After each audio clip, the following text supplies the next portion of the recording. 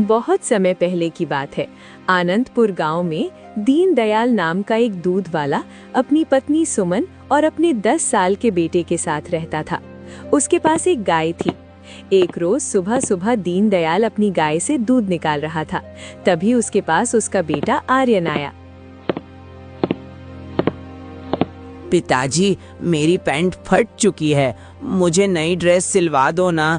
School में सारे बच्चे नई नई ड्रेस पहनकर आते हैं और हम ये फटी हुई ड्रेस पहनकर जाते हैं।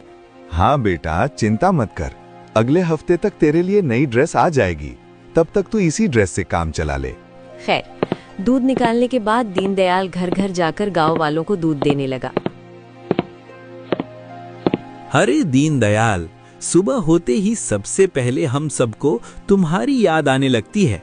जब तक तुम्हारे दूध की चाय हम नहीं पीते, हमारे दिन की शुरुआत ही नहीं होती। आपका बहुत बहुत धन्यवाद काका कि आप मेरे दूध की इतनी तारीफ करते हो। काका, मैं आपसे एक छोटी सी प्रार्थना कर सकता हूँ? अरे प्रार्थना कैसी दीनदयाल? बोलो, क्या बात है? कोई तकलीफ है क्या? काका, मुझे कुछ पैसों की जरूरत है। अगर इस बार पैसे थोड़ा पहले मिल जाते तो अच्छा रहता। मुझे अपने बेटे के लिए नई ड्रेस दिलवानी है। दीनदयाल, हमारे गांव का एक नियम है, हम कभी उसूलों के खिलाफ नहीं जाते। ना हम वक्त से पहले पैसे देते हैं, ना ही वक्त के बाद। हम सब हर महीने पैसे तो देते ही हैं।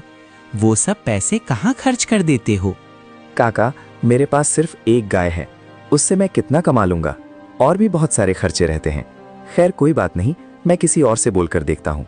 दीनदयाल, जब ये पूरे गांव का उसूल है तो तुम्हें कोई भी वक्त से पहले पैसा क्यों देगा? फिर भी एक बार कोशिश करके देख लो। दीनदयाल काका को दूध देकर बिना कुछ बोले वहां से चला गया। रास्ते में कुछ गांव वाले उससे मिल गए। अरे दीनदयाल, आज दूध लाने में देर कर दी। हम तुम्हारे घर की तरफ ही आ रहे थे दूध लेने। अच्छा हुआ तुम रास्ते में ही मिल गए। अरे नहीं, मैं तो वक्त पर ही निकला था। काका से थोड़ा बातचीत करने लगा था, इसीलिए थोड़ी देर हो गई। ये लीजिए, आप लोग यहीं मिल गए तो यहीं पर दूध दे देता हूँ। दीनदयाल ने उन गांव वालों को पहले दूध दिया, फिर उनसे भी पैसे मांगने लगा। लेकिन दीनदयाल, तुम तो जानते हो हम लोग भी खेती किसानी करते हैं। हम लोग इतने अमीर तो हैं नहीं। और दूसरी बात, हम सब ने मिलकर ही बहुत पहले एक उसूल बनाया था कि वक्त से पहले किसी को पैसे नहीं देंगे।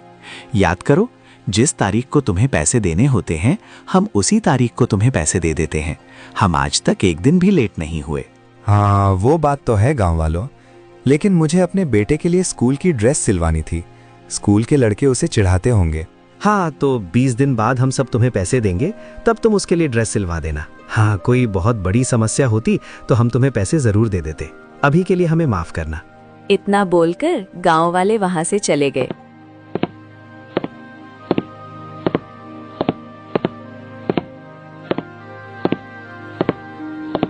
ऐसे ही धीरे धीरे एक हफ्ता बीत गया।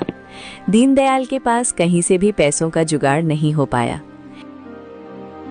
एक रात दीनदयाल की पत्नी सुमन खाना बनाकर लाई तो तीनों जमीन पर बैठकर खाने लगे। अजी, आप सुबह सुबह निकल जाते हो गांव वालों को दूध देने और दिन भर गाय चराया करते हो। इन 2 कामों के अलावा आपके पास कोई तीसरा काम तो है नहीं। हमारी इकलौती औलाद है, उसे भी आप खुशियां नहीं दे पा रहे हो। बेचारे की पैंट फटी हुई है, स्कूल के बच्चे उसे चिढ़ाते हैं।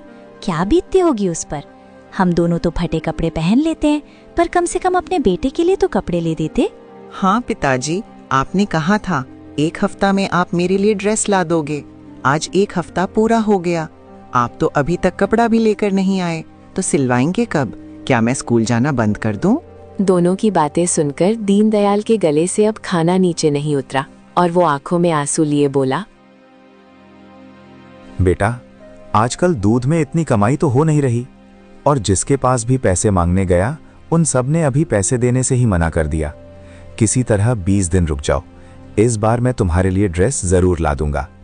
वैसे एक बार कल मैं ठाकुर साहब के पास भी जाऊंगा। अगर वो उधार पैसे दे देंगे तो मैं कल ही तुम्हारे लिए ड्रेस ले आऊंगा। ठीक है पापा, वैसे आप इतना परेशान मत हो। स्कूल के लड़के मुझे चिढ़ाते हैं, कोई बात नहीं। जब मैं पढ़ लिख कर बड़ा आदमी बन जाऊंगा ना, तब आपको कोई तकलीफ नहीं होने दूंगा।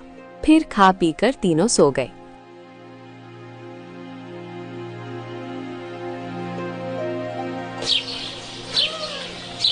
अगली सुबह फिर दीनदयाल जल्दी उठा, अपनी गाय का दूध निकाला और सबको बांटने निकल गया। आखिर में वो ठाकुर साहब की हवेली दूध देने चला गया। दूध देने के बाद, ठाकुर साहब, मैं जानता हूँ कि वक्त से पहले मुझे पैसे नहीं मिलेंगे, लेकिन क्या आप मुझे कुछ पैसे उधार दे सकते हो? मुझे अपने बेटे की ड्रेस दिलवानी है। दीनदयाल, तुम इतने गरीब हो, अपने बेटे को कहीं काम धंधे पर लगाओ, 4 पैसा वो भी कमाएगा, जिससे तुम्हारी मदद हो जाएगी। क्यों उसे फालतू में पढ़ा लिखा रहे हो? मैं तुम्हें उधार पैसा नहीं दे सकता। ना तुम्हारे पास खेती है, ना ही कोई जमीन जिस पर भरोसा करके मैं तुम्हें उधार पैसे दूं। तुम्हारा महीना पूरा होगा तो दूध का पैसा तुम्हें मिल जाएगा। चलो जाओ यहाँ से। अब बेचारा दीनदयाल कुछ बोल नहीं पाया और चुपचाप अपने घर वापस लौट आया। फिर ऐसे ही धीरे धीरे 20 दिन बीत गए। जब गांव वालों ने पैसे दिए, तब उसने अपने बेटे के लिए स्कूल की ड्रेस सिलवा दी। लेकिन एक रोज दीनदयाल सुबह सुबह दूध देने गया और जब वापस आया तो देखा उसका बेटे घर में ही मौजूद था। अरे बेटा, अब तो तुम्हारे लिए ड्रेस भी सिलवा दी। स्कूल नहीं गए क्या, या कोई छुट्टी है? वो बेचारा क्या बताएगा। पिछले 3 महीने से स्कूल की फीस नहीं जमा थी, इसीलिए मास्टर साहब ने पूरे स्कूल के सामने हमारे बेटे को बेइज्जत करके भगा दिया। किया बेटा, मास्टर जी ने तुम्हें घर भगा दिया? हाँ पिताजी, बार बार मास्टर जी मुझसे फीस जमा करने के लिए बोलते थे। मैंने आपको 1-2 बार बताया भी, लेकिन मैं समझ रहा था कि आपके पास पैसे नहीं हैं, इसलिए मैंने आपसे बार बार नहीं कहा। पर आज उन्होंने मुझे मेरे दोस्तों के सामने बेइज्जत करके भगा दिया और बोला जब तक फीस नहीं जमा करोगे तब तक स्कूल की तरफ देखना भी मत। चिंता मत करो बेटा, मैं तुमसे वादा करता हूँ कि तुम्हारी पढ़ाई लिखाई कभी बंद नहीं होगी। तुम्हारी जिंदगी मेरी तरह गरीबी में नहीं बीतेगी, ये मैं तुमसे वादा करता हूँ। अरे, ऐसा तो आप बहुत बार कह चुके हैं, लेकिन कुछ होता ही कहाँ है। हम गरीबों का तो भगवान भी साथ नहीं देता। सुमन, अगर हम गरीबों का भगवान साथ नहीं देता तो फिर हमें खुद का साथ देना चाहिए।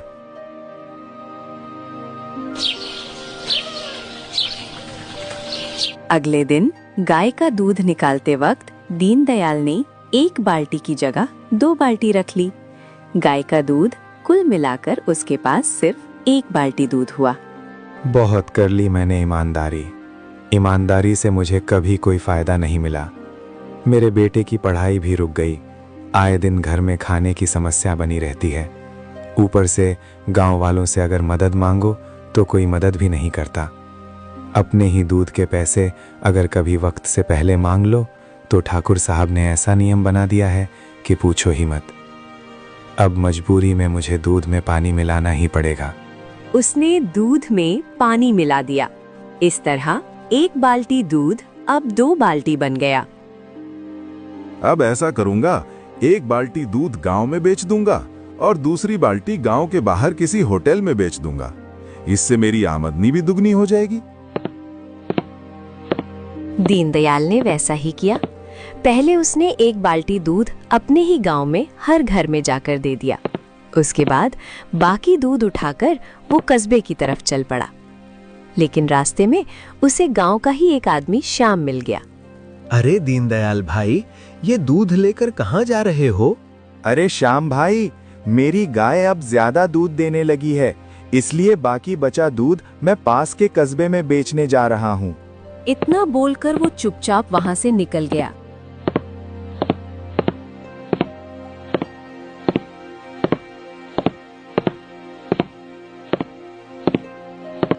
और गांव से 10 किलोमीटर दूर एक छोटे से कस्बे में किसी होटल पर पहुंच गया। भाई साहब, मैं पास के ही गांव से आया हूँ। मेरे पास गाय का शुद्ध दूध है। आप तो कंपनी का दूध लेते होंगे, आप मुझसे दूध ले लीजिए। 2 रुपए कम दे देना। मेरा बहुत सारा दूध बच जाता है और पैसों की भी मुझे बहुत जरूरत है। अरे, इससे अच्छी क्या बात होगी। तुमने सही कहा, मैं कंपनी वाला दूध इस्तेमाल करता हूँ। अगर मुझे एक किसान के हाथ का शुद्ध गाय का दूध मिल जाएगा और वो भी 2 रुपए कम, तो ये तो मेरे लिए फायदे का सौदा है। तुम्हारे पास जितना दूध है दे दो। दीनदयाल खुश हो गया। उसने सारा दूध होटल वाले को दे दिया। होटल वाले ने तुरंत पैसे भी दे दिए। भाई, आप हर रोज एक बाल्टी दूध पहुंचा दिया करिए। मैं आपको हर रोज पैसे दे दिया करूंगा, लेकिन आप समय से दूध जरूर पहुंचा दिया करिएगा। हाँ मालिक, मैं खुद आपको दूध दे जाऊंगा, वो भी बिल्कुल समय पर। अरे ये तो बहुत अच्छी बात हो गई। आप अपना नाम बता दीजिए, मैं आपका नाम लिख लेता हूँ और कंपनी वाले दूध को मना कर देता हूँ। मालिक, मेरा नाम दीनदयाल है। दीनदयाल पैसे लेकर खुशी खुशी वापस अपने घर आ गया। उसे खुश देखकर उसकी बीवी और बेटा भी बहुत खुश हुए और थोड़ा आश्चर्यचकित भी। क्या बात है, आज आप बड़े खुश लग रहे हैं और आने में भी देर कर दी आपने। हाँ सुमन, ये देखो पैसे। आज मैंने अपना थोड़ा दूध पास वाले कस्बे में एक होटल वाले को बेचा। उसने खुशी खुशी मेरा दूध ले लिया और मुझे पैसे दे दिए। लेकिन पिताजी, इतना दूध आया कहाँ से? हमारे पास तो सिर्फ एक गाय है, जिसका दूध तो सिर्फ गांव वालों को ही पूरा हो पाता है। अरे बेटा, मैं गाय को अच्छा चारा खिलाता हूँ, इसलिए धीरे धीरे वो दूध ज्यादा देने लगी है। अब ज्यादा बहस मत करो, खाना लगाओ, मुझे भूख लगी है। और बेटा, तो चिंता मत कर, होटल वाला मुझे हर रोज पैसा देता है। एक हफ्ते में मेरे पास इतना पैसा हो जाएगा कि मैं तेरे स्कूल में जमा कर दूंगा। सुमन और उसके बेटे को कुछ समझ तो नहीं आया, लेकिन फिर भी उन्होंने कुछ बोला नहीं। तो इस तरह धीरे धीरे दीनदयाल सुबह जल्दी उठकर गाय का दूध निकालता था और उसमें आधा पानी मिला देता था। आधा दूध गांव वालों को बांट देता था और आधा दूध उस होटल वाले को दे देता था, जहां से उसे हर रोज पैसे मिल जाते थे।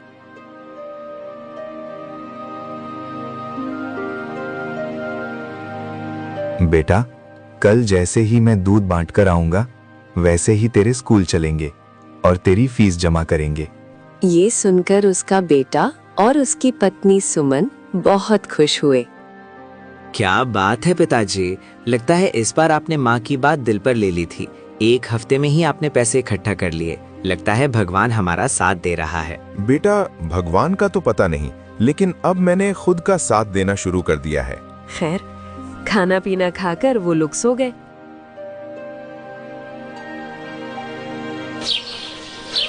सुबह एक बार फिर से दीनदयाल उठा, दूध में पानी मिलाया, उसके बाद पहले गांव वालों को दूध दिया, फिर होटल वाले को दूध दिया। सारा काम खत्म करके घर आया तो उसका बेटा पहले से ही तैयार था। चलो पिताजी, मैं तैयार हूँ। मेरा स्कूल जाने का बहुत मन कर रहा है। जब से आपने स्कूल की फीस जमा करने की बात की है, तब से हमारा बेटा बहुत खुश है। भगवान करे ये खुशियाँ हमेशा बनी रहें। ऐसा मत बोलो सुमन, अब मैं अपनी जिंदगी में कभी भी कोई गम नहीं आने दूंगा, ये मैं वादा करता हूँ। दीनदयाल अपने बेटे के साथ स्कूल गया और सीधा प्रिंसिपल के ऑफिस पहुंच गया। वहां पर उसने फीस जमा कर दी और प्रिंसिपल से बोला, साहब, हम जैसे गरीबों के बच्चे अक्सर फीस न जमा होने के कारण बीच में ही पढ़ाई छोड़ देते हैं। मैंने देखा है बड़े बड़े घरों के बच्चे जिनकी फीस टाइम पर जमा हो जाती है, उनके पास 3-4 जोड़ी ड्रेस भी रहती हैं, सारी किताबें भी होती हैं उनके पास, फिर भी वो अच्छे नंबर नहीं ला पाते। उनका पढ़ाई में भी मन नहीं लगता। वहीं गरीबों के बच्चों का पढ़ाई में बहुत मन लगता है। मेरा बेटा तो रात रात भर मोमबत्ती की रोशनी में पढ़ता रहता है, लेकिन पैसे जमा ना हो पाने के कारण जिस दिन मेरे बेटे को मास्टर जी ने बेइज्जत करके स्कूल से निकाल दिया, उस रात ये रात भर रोता रहा। दीनदयाल जी, इस बात के लिए मैं माफी चाहूंगा। हमारे क्लास टीचर को ऐसे आपके बेटे को बेइज्जत नहीं करना चाहिए था। मैं मास्टर जी से बोल दूंगा, अगली बार से ऐसी गलती नहीं होनी चाहिए। कोई बात नहीं साहब, आज के बाद हर महीने आपको फीस मिल जाएगी।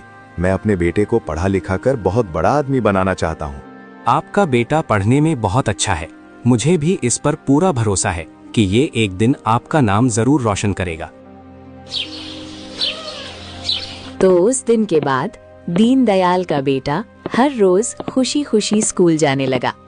लेकिन एक रोज जब दीनदयाल उस होटल वाले को दूध देकर अपने गांव वापस लौट रहा था, तो गांव पहुंचते ही कुछ गांव वालों ने उसे रोक लिया। ठाकुर साहब भी गांव वालों के साथ मौजूद थे।